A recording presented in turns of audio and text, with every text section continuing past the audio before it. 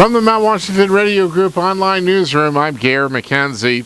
The town of Conway will hold a public meeting next week to discuss the process for developing 30 units of affordable housing for senior citizens. Conway selectmen will hear public comment Tuesday afternoon, starting just after 4 o'clock at the Conway town offices on a proposed application to New Hampshire's Community Development Finance Authority for up to $500,000 in community development block grant housing funds. The funds would be sub-granted to the Manchester-based affordable housing developer Great Bridge Properties, LLC, for site work to build the senior housing on Poliquin Drive in Conway, near the site of the current affordable housing complex built by Great Bridge called Conway Pines. Teresa Kennett is the program director for the Mount Washington Valley Housing Coalition, a nonprofit advocacy group that tries to improve the climate for building affordable housing units for everyone who lives and works in the valley. While Great Bridge Properties is the developer, the town of Conway is participating in that they are agreeing to have funding to construct this project flow through the town. It's easy to see that the town of Conway supports, in particular, affordable housing for seniors, because we have a real void of that type of housing in all of Mount Washington Valley.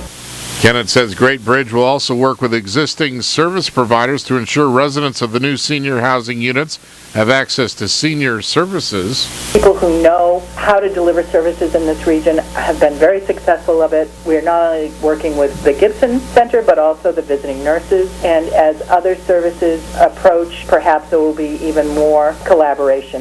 Kennett says she expects the funding process will continue throughout the summer.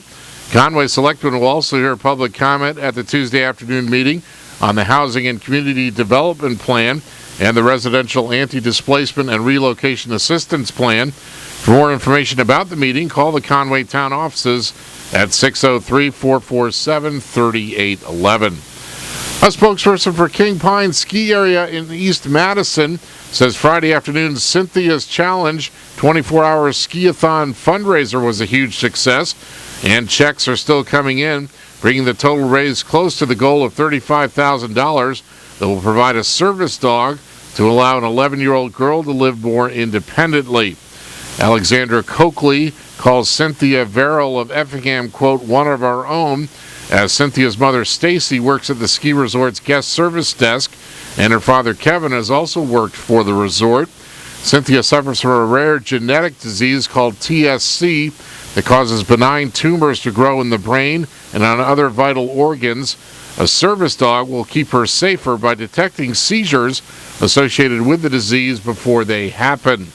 Coakley says fireworks were donated Friday night, food was donated by local businesses, a bonfire burned through the night, a race course was set up, a DJ played, and overall, quote, it was just a lot of fun and a great show of support from the local community. Coakley says she's grateful for the King Pine Ski Patrol and lift operators who volunteered their time working through the night to ensure the event went smoothly and safely. The event started at 4 o'clock Friday afternoon and ended at 4 p.m. Saturday. In Maine news, Governor Paul LePage has signed a bill to replenish the state's rainy day fund and is allowing infrastructure projects that were put on hold to move forward. The Republican governor's bill puts $21 million back into the fund that was tapped to pay for revenue sharing. LePage said drawing from the fund would hurt the state's bond credit rating and ultimately cost taxpayers. He refused to sign off on new bonds until the fund was replenished to $60 million. Democrats have heavily criticized that action, saying it was stalling job-creating projects. The governor's office said yesterday the governor has also signed a financial order that will allow projects for the Maine Maritime Academy, National Guard, and others to move forward. The Democratic-led House and Senate overwhelmingly approved the bill on Friday. In sports, UConn moved into its 21st straight NCAA regional semifinal with a 91-52 rout of St. Joseph's last night. Kalina Mosqueda-Lewis had the third triple-double in UConn history. The Red Sox beat the Tampa Bay Rays 4-2 yesterday in preseason exhibition play in Florida, and the Red Sox will celebrate their World Series championship with President Obama next week at the White House. In the weather today, mostly cloudy, a slight chance of snow showers this afternoon. Highs in the upper 20s to around 30. North winds 15 to 25 miles per hour with gusts up to 40 this afternoon. Clearing tonight, lows from around 6 to 10 above. Northwest winds 15 to 20 miles per hour with gusts up to 40, decreasing to 30 miles per hour after midnight. Wind chill lies as low as 8 below zero after midnight. And mostly sunny on Thursday, highs in the lower 30s.